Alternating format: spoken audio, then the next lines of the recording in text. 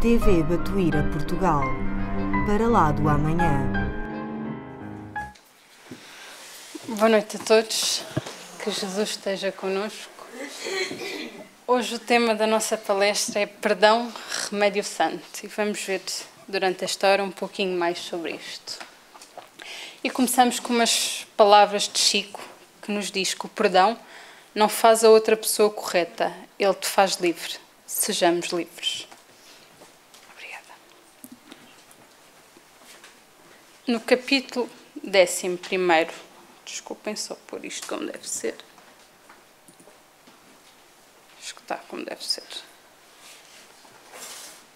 Confirme-me só se está como deve ser ali, se faz favor. É?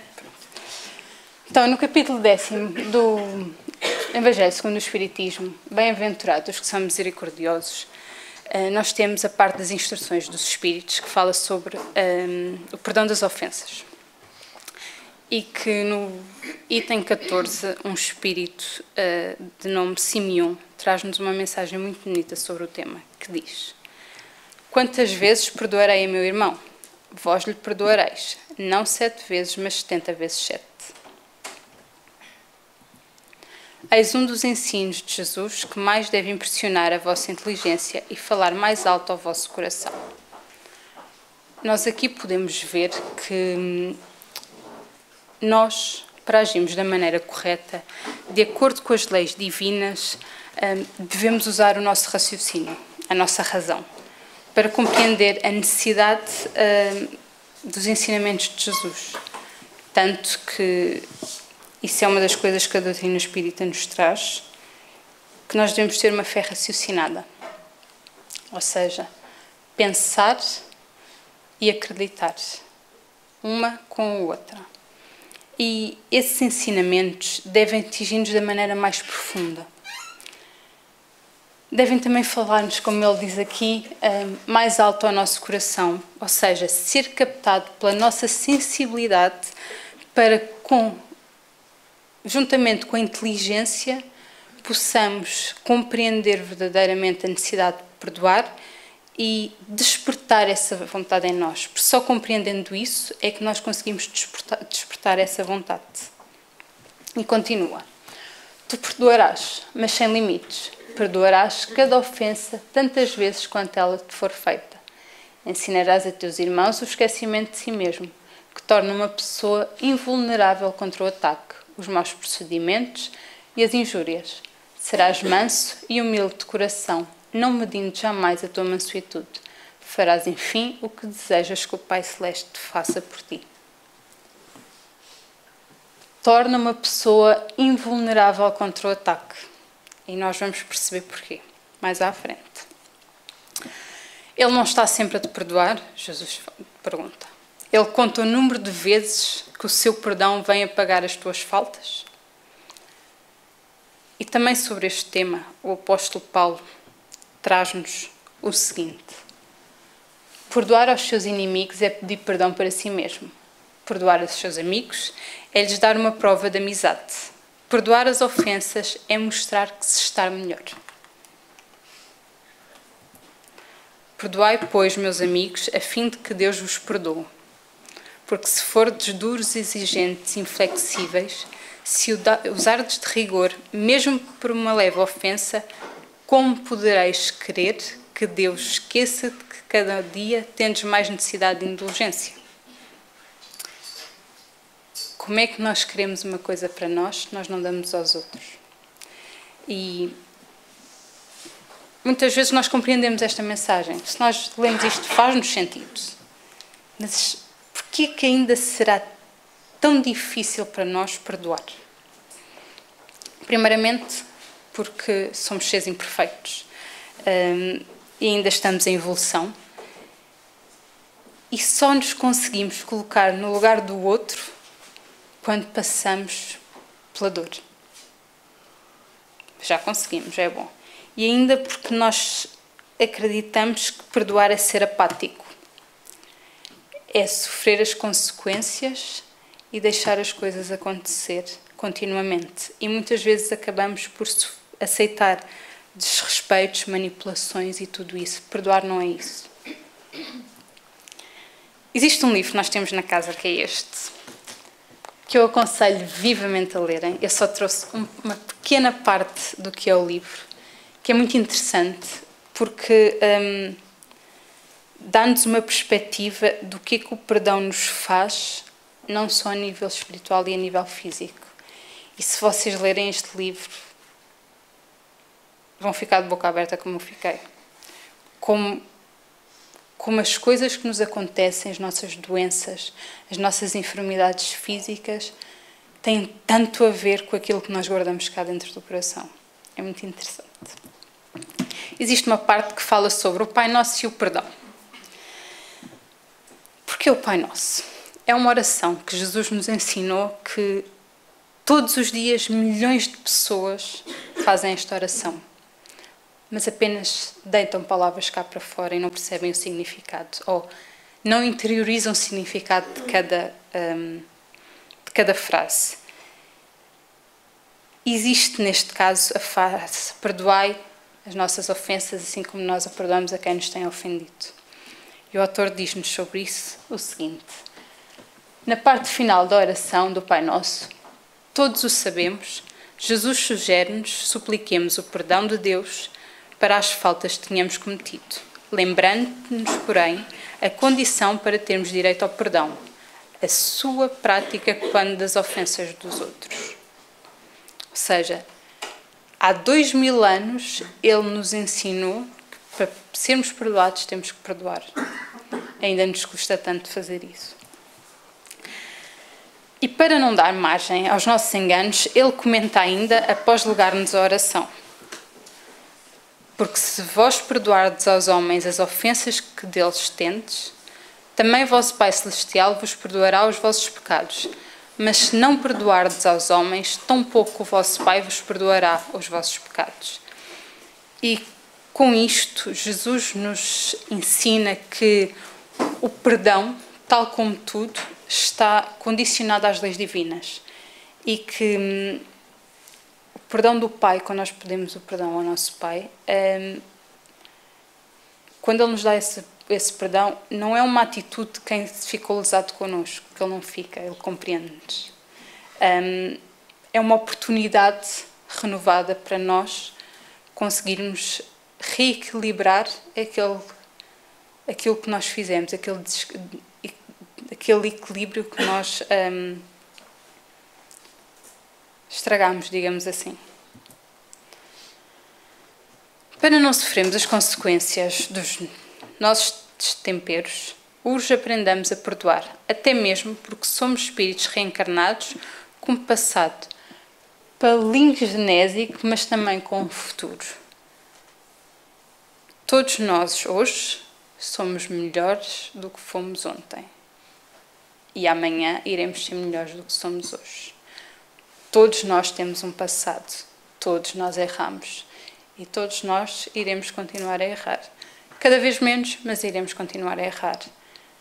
Por isso é que Jesus disse: atira a primeira pedra àquele que estiver livre de pecados. Porque nenhum de nós que aqui estamos neste mundo pode apontar o dedo ao outro. E é nisto que ele diz: temos sim um passado, mas também temos um futuro. Não podemos mudar o passado, mas podemos sim melhorar o nosso futuro. Isso está sempre nas nossas mãos. E continua: caso não logremos perdoar no momento da convivência reencarnatória, estaremos atados, presos ao oponente, em reencarnações retificadoras, reparadoras, sofrendo-lhe por vezes e frequentemente semelhante agressão.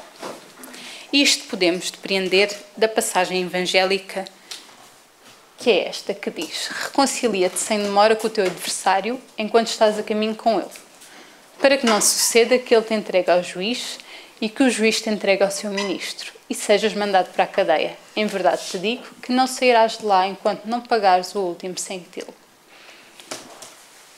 Muitas vezes, uma grande maioria de nós vem ter ao centro espírita pela dor. Uma grande percentagem vem ter ao centro espírita pela dor porque se encontra sendo importunado, digamos assim, por aqueles nossos amiguinhos do alheios. E muitas vezes esses irmãos mais inferiores não são nada mais, nada menos do que espíritos que em outras reencarnações nós muito mal lhes fizemos. Existe um livro que é Um Anjo em Nossa Vida, se não me engano, um romance, que conta a história, os protagonistas são 3, e conta a história de várias reencarnações deles, em que constantemente eles vão se prejudicando uns aos outros. Numa reencarnação é o A que prejudica o B, depois passa a reencarnação, como não perdoou, vem o B a seguir na reencarnação e prejudica o A. E assim vai. E perdem-se tantas reencarnações. Tantas vezes aparecem nas reuniões mediúnicas aqueles espíritos ao serem ajudados que dizem: mas ele fez-me aquilo. E quando lhe põem um filme a passar aquilo que ele fez antes disso, ele percebe e transforma-se. Porque ele não está livre e porque ele também cometeu erros. Então é muito importante nós perdoarmos, porque só assim nós conseguimos ir de coração cheio e sem aquele peso. Porque quando nós guardamos mágoas, mesmo no nosso dia-a-dia, quando guardamos algum rancor, alguma mágoa, parece que nós vamos ficando corcundas. E parece que aquilo vai pesando. E quando por algum motivo ou fazemos as pazes com alguém, ou deixamos essa mágoa sair, parece que sentimos assim uma força diferente. E é isso que nós temos de fazer, porque nós não queremos passar para o lado de lá com essa mágoa, porque isso só nos vai prejudicar. E teremos que voltar para poder corrigir isso tudo.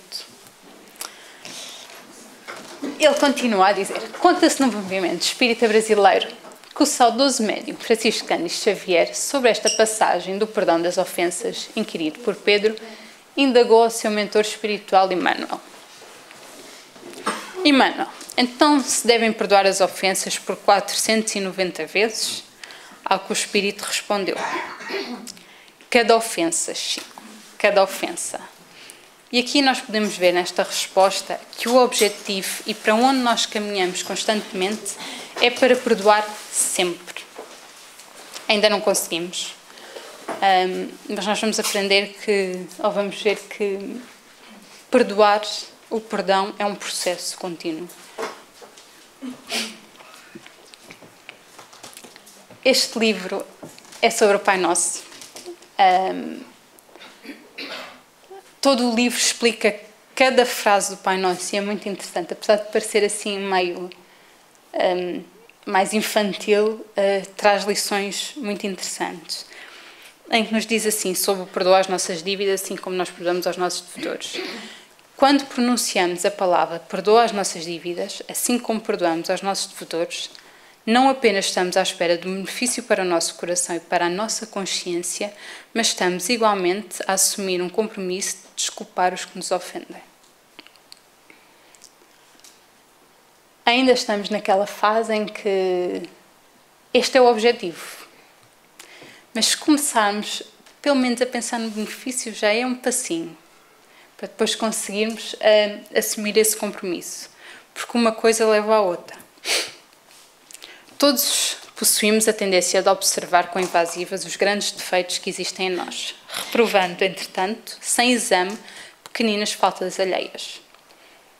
Para nós mesmos e para com os nossos erros, nós somos sempre tolerantes. Para os erros dos outros, a tolerância já diminui e muitas vezes torna-se zero. E é isto que eles nos vêm dizer. Se nós somos tolerantes connosco, por que é que não podemos ser tolerantes com os outros? E é isso que eles nos pedem. Por isso mesmo, Jesus, ao nos ensinar a orar, recomendou-nos esquecer qualquer mágoa que alguém nos tenha causado. Se não oferecermos repouso à mente do próximo, como poderemos aguardar o descanso para os nossos pensamentos? Será justo conservar todo o pão em nossa casa, deixando a fome aniquilar a residência do vizinho? A paz é também o alimento da alma, e se desejamos tranquilidade para nós, não nos esqueçamos do entendimento e da harmonia que devemos aos demais. Quer queiramos, quer não, nós estamos, em certa medida, dependentes dos outros. Porquê que eu digo em certa medida? Porque nós só vamos estar bem totalmente se estivermos bem com os outros.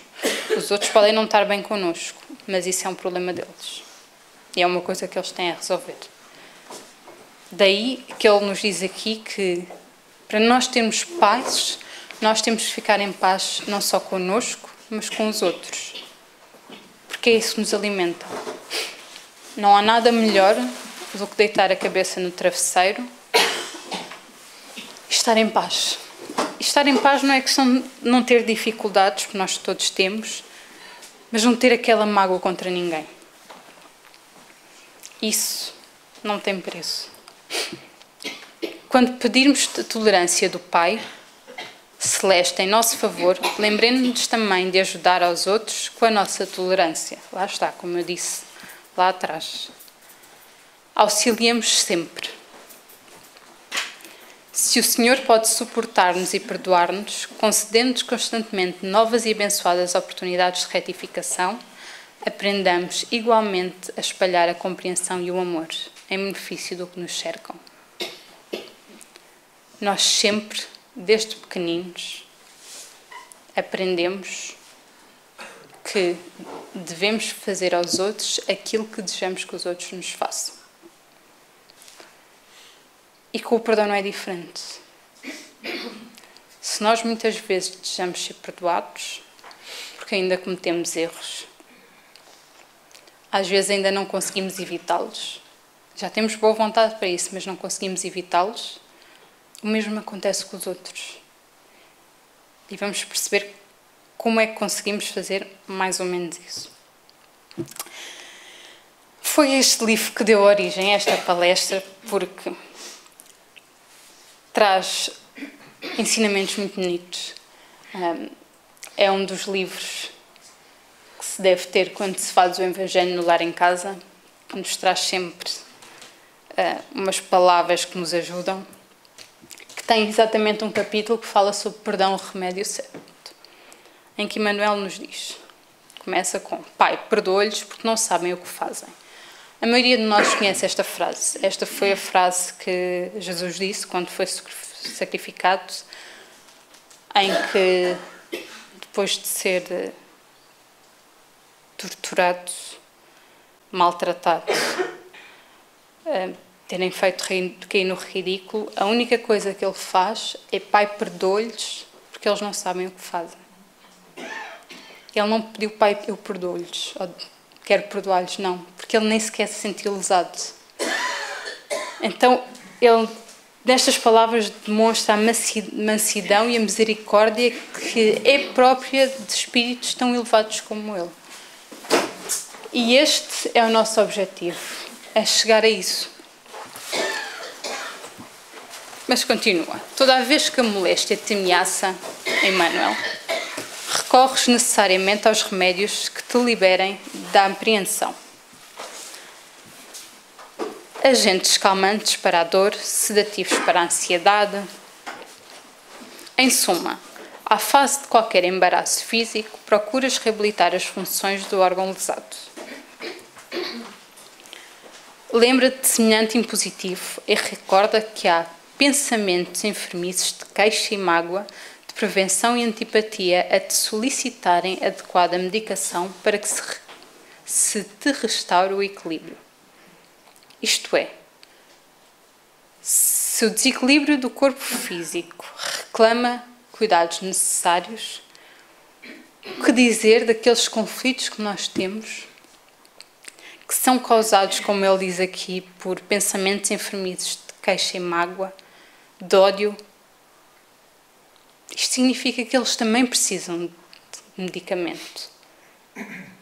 Tal como podemos ver aqui, que ele diz: e se nas doenças vulgares reclamas despreocupação em favor da cura, é natural que nos achaques dos espíritos necessites do esquecimento para que se te refaçam as forças. Daí nós termos de dizer que, quando reencarnamos, temos a bênção do esquecimento. O perdão é, pois, o remédio santo para a euforia da mente na luta cotidiana. Já temos tanta dificuldade, tantos obstáculos que nos acontecem, que exigem paciência, resignação. Se nós conseguirmos usar o perdão, já é menos uma coisinha que nós temos que nos preocupar. Já é menos um peso em cima de nós. Tanto quanto não deves conservar detritos e infecções no vaso orgânico, não mantenhas aversão e rancor na própria alma. Perdoa a quantos te aborreçam, perdoa a quantos te firam. Perdoa agora, hoje e amanhã, incondicionalmente. Ou seja, perdoar sempre. Recorda que todas as criaturas trazem consigo as imperfeições e as fraquezas que lhe são peculiares, tanto quanto, ainda desajustados, trazemos também as nossas. Mas aqui fica a pergunta que fizemos no início. Nós sabemos o real significado do perdão? Porque para uns o perdão é renunciar à vingança, é não se vingar sem que seja preciso esquecer totalmente o mal, a ofensa recebida. Para nós que tentamos aprender os ensinamentos de Jesus, o perdão e o esquecimento caminham lado a lado. E, por norma, nós, quando acontece alguma coisa ruim, nós só nos lembramos do mal, mas esquecemos sempre dos benefícios que ela traz. Porque sempre que nos acontece alguma coisa menos boa, vem sempre alguma coisa boa para nos ajudar. E houve uma palestra que eu fiz que se falou sobre isso, agora não me lembro qual foi o tema, que se disse, se nós fôssemos juntar todos os benefícios comparando com tudo aquilo que nos corre mal, nós tínhamos muito mais benefícios do que aquilo que nos corria mal. Só que como o nosso ponto de vista é diferente, nós focamos no copo meio vazio em vez do copo meio cheio, nós nos revoltamos e guardamos mágoa. Então, ele aqui, é esses os ensinamentos de Jesus, é nós tentarmos esquecer, tentarmos perdoar. Mas perdoar não é um ato que se realiza de um momento para o outro. Se eles não querem de nós, que nós de repente perdoemos toda a gente, até porque sabem que nós não temos capacidade para isso, não é isso que nos é pedido. É uma atitude. É ir aos poucos absorvendo essa necessidade e essa vontade. Porque diz que existe eles falam muito que é, neste momento, nós sabemos como é que vocês estão, em que grau é que vocês estão de evolução. A única coisa que nós pedimos é boa vontade. Ninguém nos pede o impossível. Porque sabem, têm noção do ponto em que nós estamos. Nós não podemos pedir mais a quem não consegue dar mais. Isso seria injusto. E Deus não é injusto. É por isso que Jesus, o emissário divino, crucificado pela perseguição gratuita, rogou a Deus ante os próprios algozes: Pai, perdoa-lhes porque não sabem o que fazem. E deixando os ofensores nas inibições próprias a cada um, sustentou em si a luz do amor, que dissolve toda a sombra, induzindo-nos à conquista da luz eterna.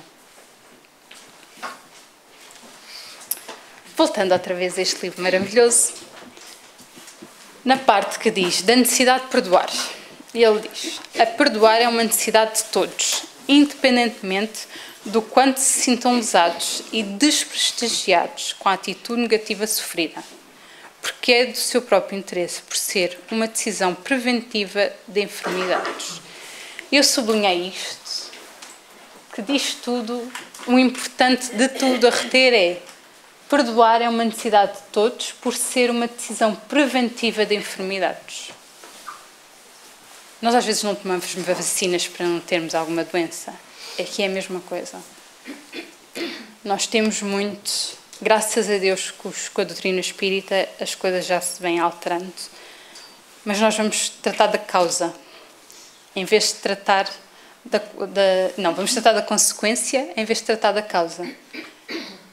E a causa das coisas estão no espírito. Passam para o físico quando é o nosso corpo a dar o alerta por todos os lados de que alguma coisa não está bem dentro de nós. Então a única maneira que nós temos de ver isso é através das mazelas no nosso corpo. Então ele diz-nos aqui que ela é uma decisão preventiva das enfermidades, ou seja, é muito importante nós tentarmos perdoar. Porque é só tentando, tentativa e erro, que nós vai chegar a uma altura em que isto já é intrínseco. Já fazemos isto sem pensar, simplesmente através do coração. Não perdoar é estacionar na frequência de desequilíbrio do ódio, da mágoa e do ressentimento. É permitir que uma ação externa tenha o poder de provocar distúrbios demorados e destruidores no interior. Independentemente de qualquer ofensa, do tipo de ofensa que nós tenhamos sofrido, o que nós devemos é reunir todos os nossos esforços para solucionar o problema, com o objetivo de neutralizar a ofensa e o que daí pode resultar. Nós não podemos impedir a ofensa, não. Mas nós podemos e temos esse poder de controlar aquilo que a ofensa nos faz a nós. E isso é uma coisa, nós temos esse controle. O outro pode nos ofender as vezes que quiser. Há de responder por isso. Mas ele só me atinge se eu deixar. Se eu abrir essa brecha. E ao perdoarmos, nós fechamos essas brechas. E fechamos a porta para que tudo de mal que vem dessa ofensa possa entrar.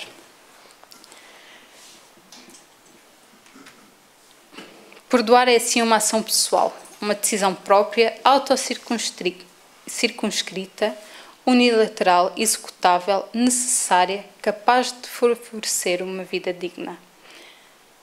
É importante lembrar que perdoar depende apenas de nós, como nós falámos, e que nós seremos sempre principais beneficiados do perdão. Claro, também beneficiamos os outros, mas nós vamos ser sempre o principal beneficiado. Perdoar significa, acima de tudo, assumir definitivamente o livre-arbítrio sobre si mesmo, construindo a paz interior, inclusive pelo entendimento da sua condição inalienável de ser caminhante, luz em potencialidade que necessita abandonar os anteparos que a mantêm ignota e represada. Nós temos um livre-arbítrio e fazemos tão pouco uso dele. Nós pomos tantas vezes a nossa vida nas mãos de outras pessoas. E nós temos o controle da nossa própria vida.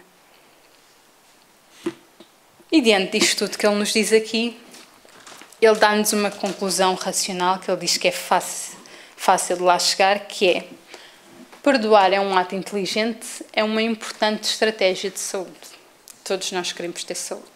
Todos nós, quando começa o ano, pedimos amor, saúde, dinheiro.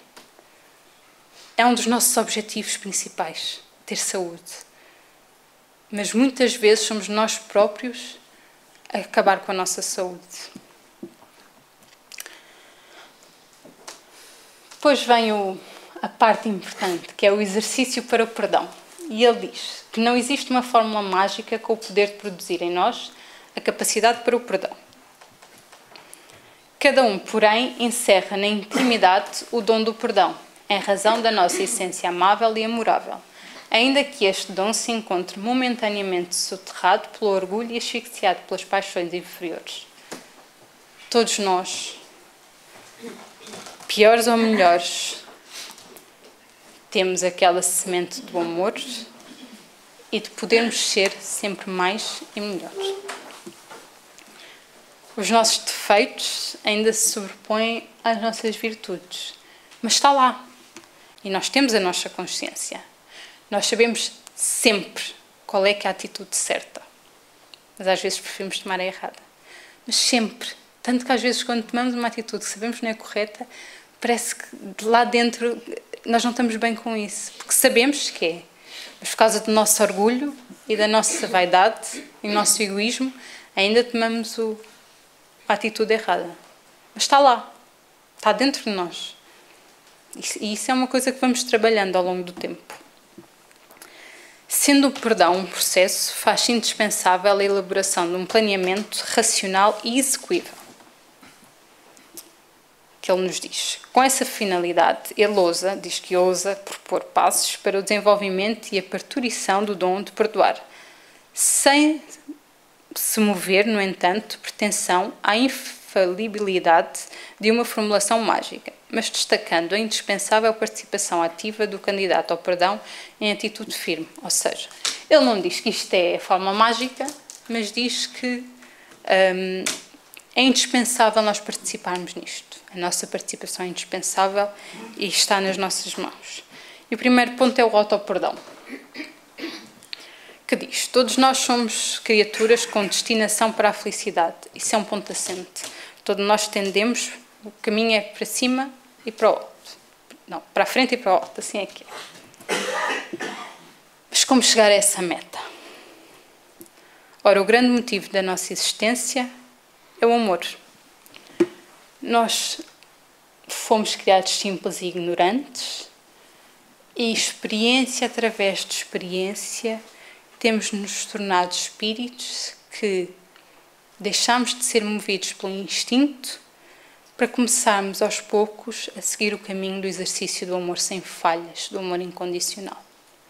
Portanto, é um percurso. Ainda temos muito caminho pela frente. Na escola da vida, a aprendizagem de maior destaque é o amor, lá está. Porém, não se deve imaginar que o seu desenvolvimento faça-se dissociado dos outros aprendizados. Crescemos do ponto de vista da inteligência como do da moral, que estimulam o amor. Aquilo que eu disse no início. A moral e a razão. A fé e a razão andam sempre lado a lado.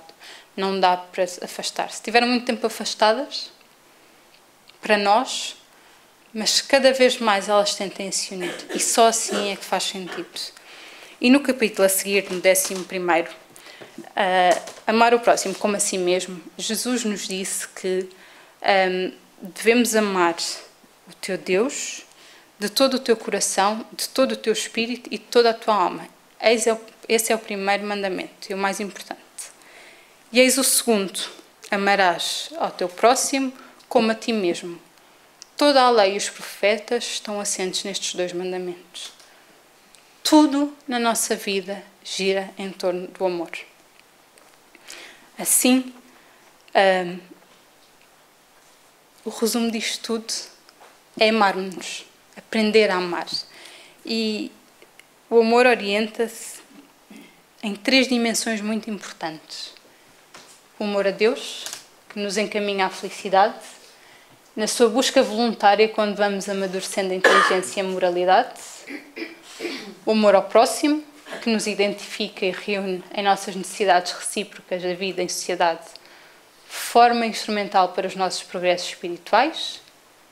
E o auto-amor, resultado da nossa aceitação da vida que recebemos, mercê do amor de Deus por cada um de nós e da certeza de estarmos fadados à felicidade, mas ainda a caminho desse objetivo. Todas estas dimensões, elas se interrelacionam, intercambiam, reforçando de tal maneira que, para amar a Deus, nós precisamos de amar o próximo, mas para amar o próximo nós precisamos de amar a nós próprios. E muitos de nós ainda estamos na parte de aprendermos a amar a nós próprios. Nós queremos amar os outros, mas não nos amamos a nós. Como é que nós queremos amar os outros se não nos amamos a nós? Como é que nós queremos fazer a casa se não temos a base? E é aqui que ele fala no auto-amor. Auto-amor, amarmos a nós para depois amarmos ao próximo. E amando ao próximo, nós amamos a Deus. E é isto que nós temos de trabalhar. No entanto, o relacionamento com a vida e com os demais companheiros da jornada evolutiva abre-nos as vistas para as nossas diferenças e expõe as nossas carências e mazelas, confundindo-nos o pensamento individualista. Quantas vezes nós olhamos para o vizinho do lado e vemos que ele já está já têm atitudes melhores que as nossas. Depois começamos a nos culpar, a nos criticar. E ele diz: os reconheçamos em nós mesmos individualidades perfectíveis a caminho, em movimento na direção do Criador, portadores de virtudes desenvolvidas e por desenvolver, na dialética do bem e do mal. Nós somos os nossos maiores críticos. A nossa consciência também é o nosso juiz. Mas nós temos que nos amar e temos que aceitar o grau em que estamos. Não vamos atingir a felicidade suprema? Não, porque ainda não percebemos, não temos capacidade para perceber isso. Nós temos que aceitar o ponto que estamos e trabalhar com o que nós temos, porque só assim nós conseguimos ser felizes agora e amarmos a nós e depois propagar esse amor. Somente dessa maneira, lá está, conseguiremos fortalecer o auto-amor e com isso promover o auto-perdão, porque ao aprendemos a amar, conseguimos nos perdoar.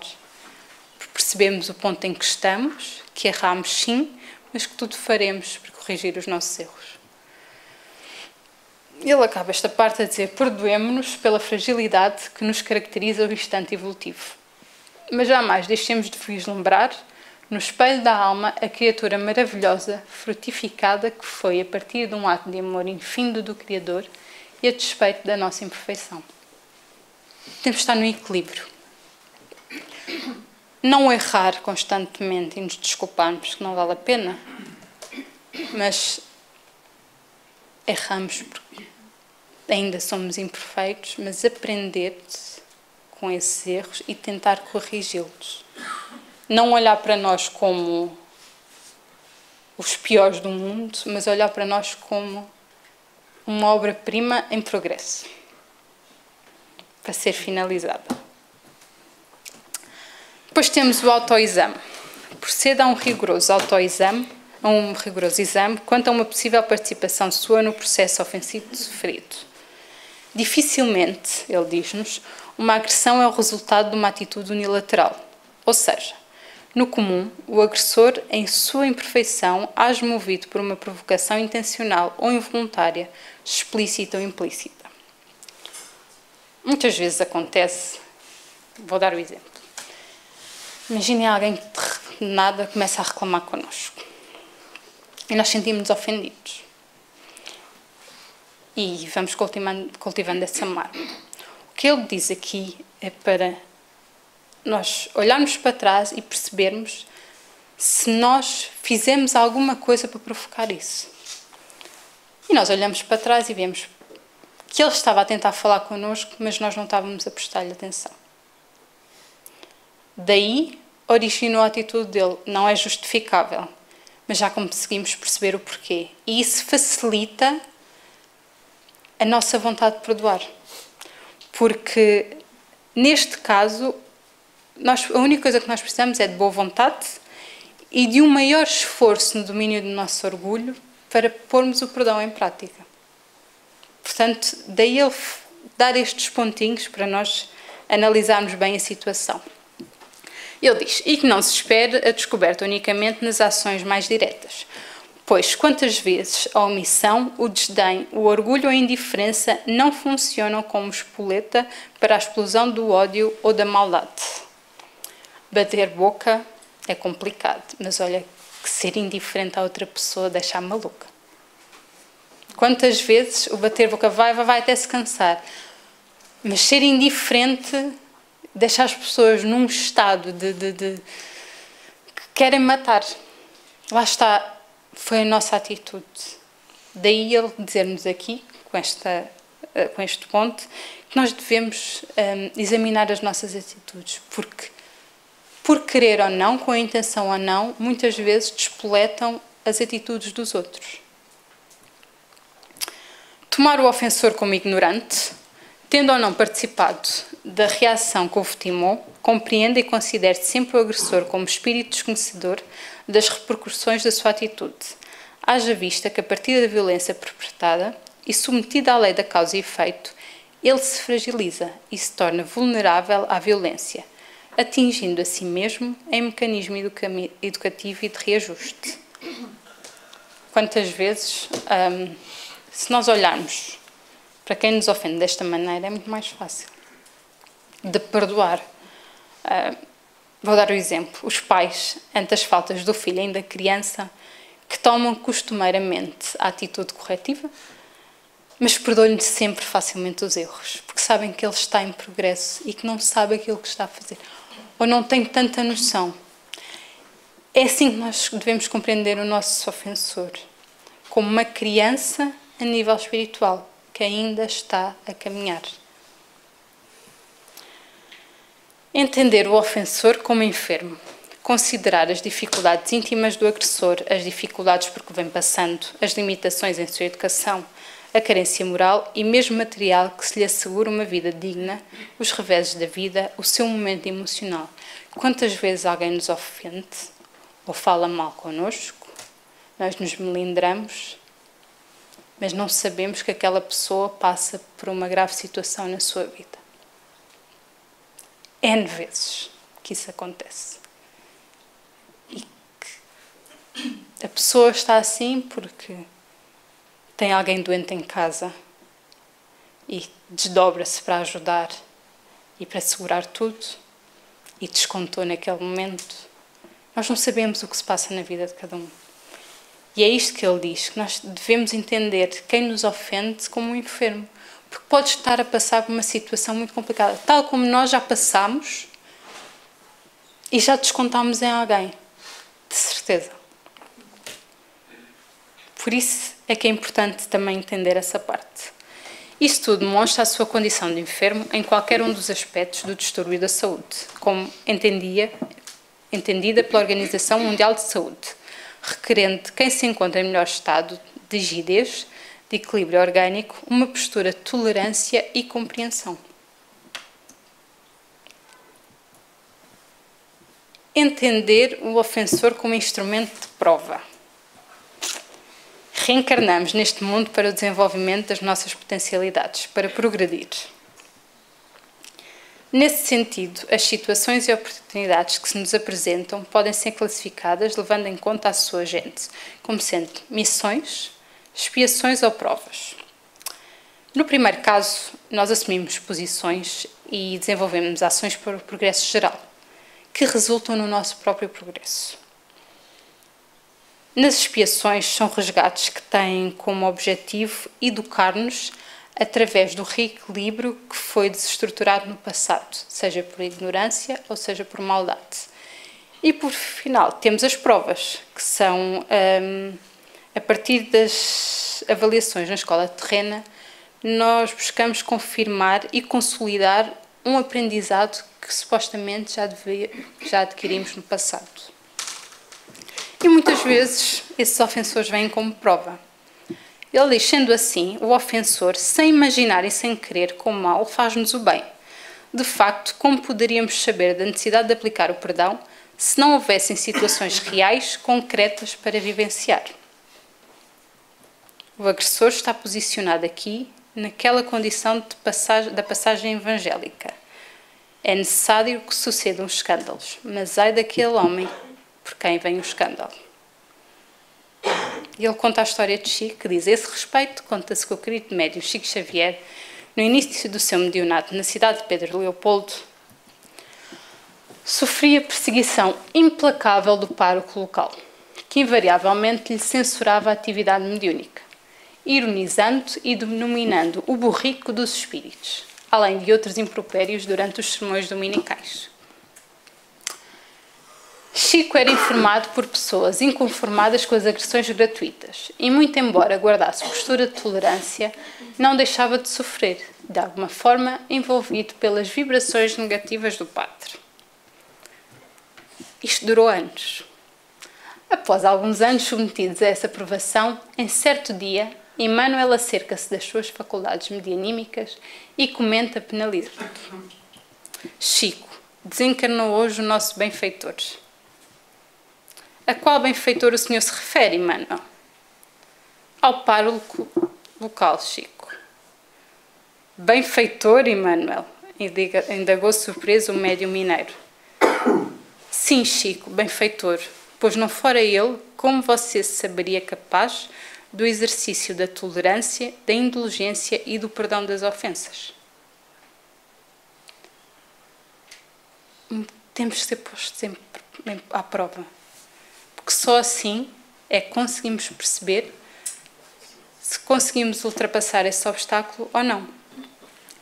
E o agressor, embora de forma intencional, mesmo sem o saber, transforma-se em instrumento de prova ou de resgate, que vem para nosso benefício. Lá está, aquela questão de vermos os benefícios quando alguma coisa nos corre mal. Ver o lado bom das coisas, não ficarmos pelo lado mau.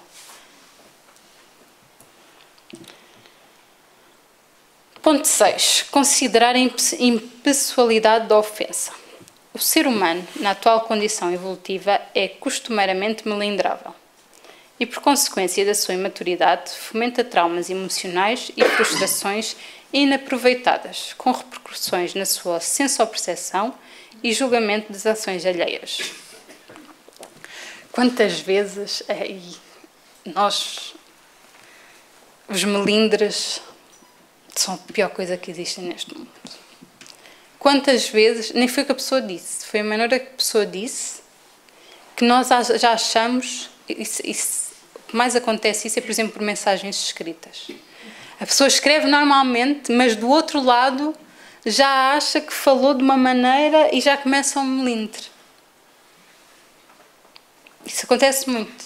Então, e às vezes, porque a pessoa, isso acontece às vezes aqui, a pessoa está a fazer alguma coisa, chega alguém e nós estamos por passagem e falamos assim, já é motivo de melindre.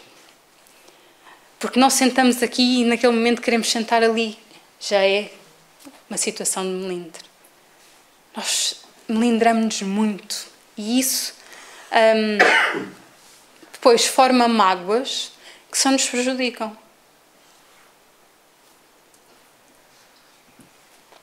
De modo que há mágoas e ressentimentos por atitudes que, se bem analisadas, não tiveram um direcionamento certo. Quer dizer, não foram idealizadas para atingir o que se sente agredido.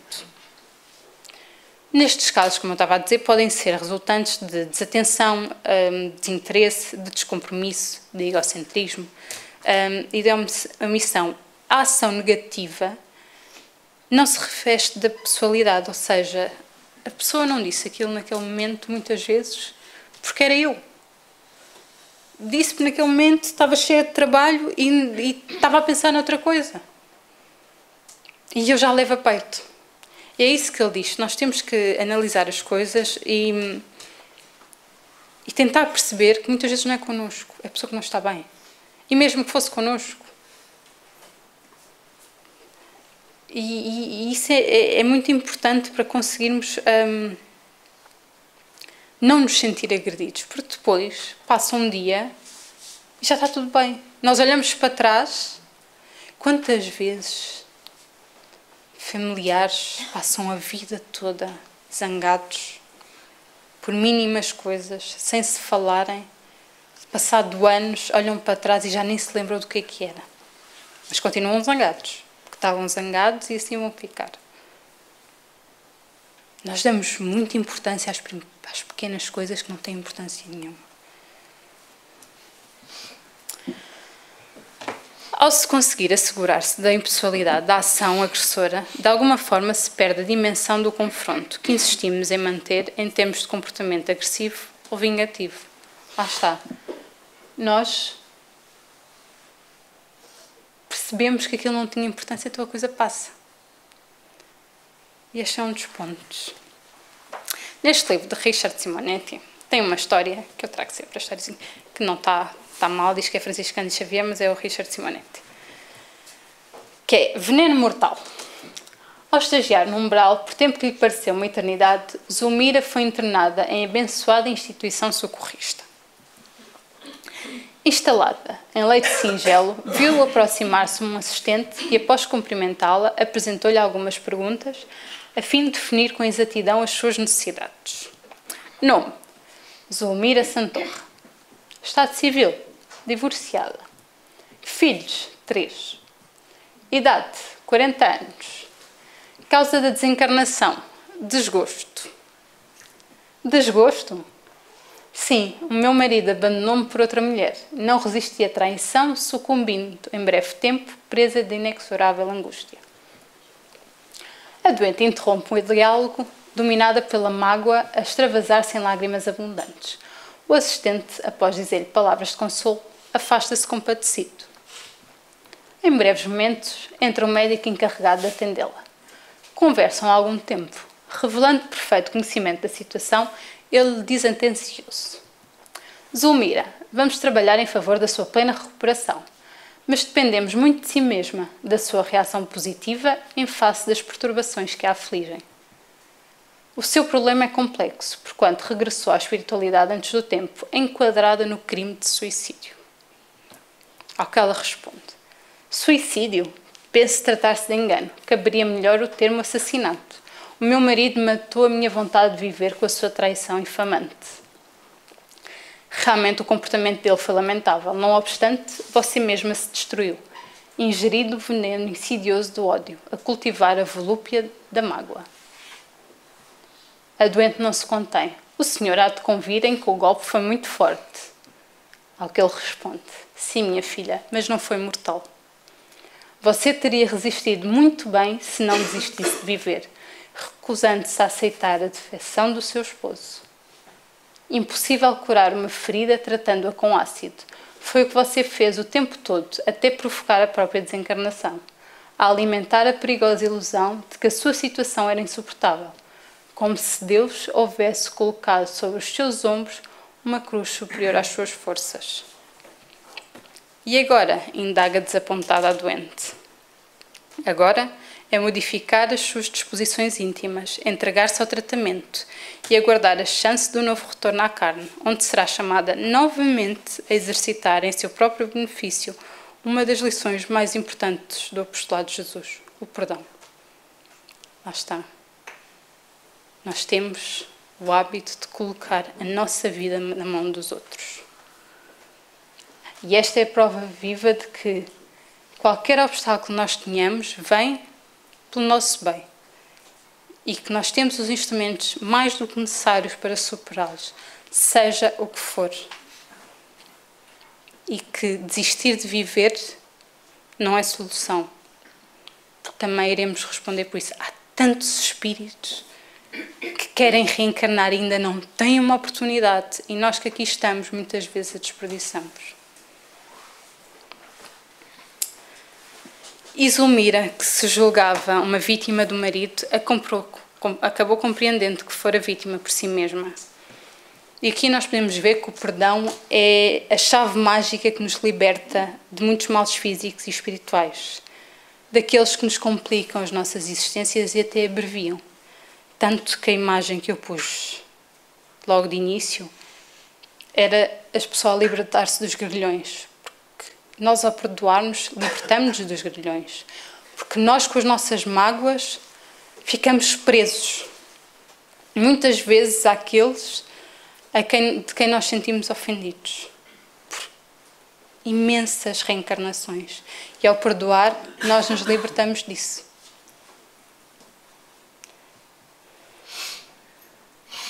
No livro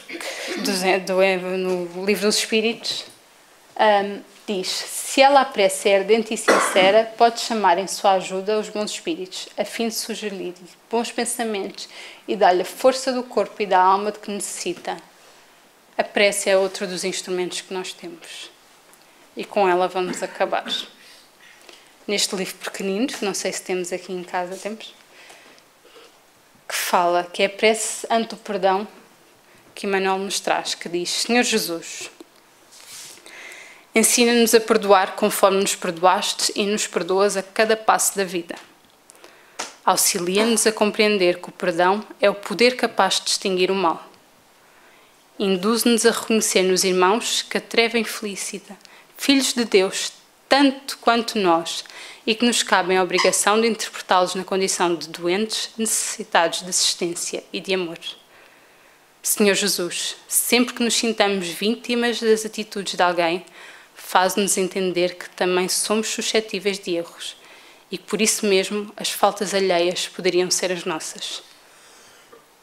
Senhor, sabemos o que seja o perdão das ofensas, mas compadece-te de nós e ensina-nos a praticá-lo. Que assim seja. Muito obrigada a todos.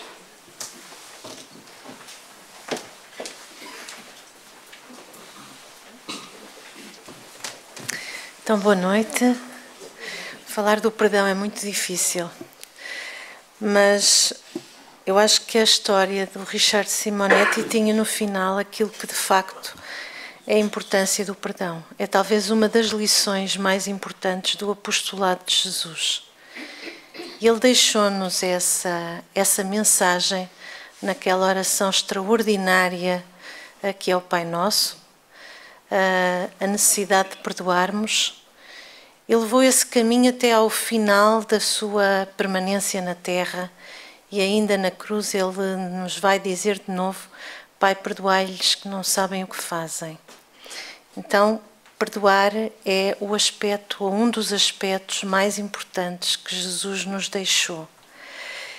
E a Michelle falou de dois aspectos do perdão: o auto-perdão e o perdão que nós devemos a todos os nossos irmãos, pelas mais variadas razões. Nós íamos nos centrar, então, no auto-perdão e na importância dele.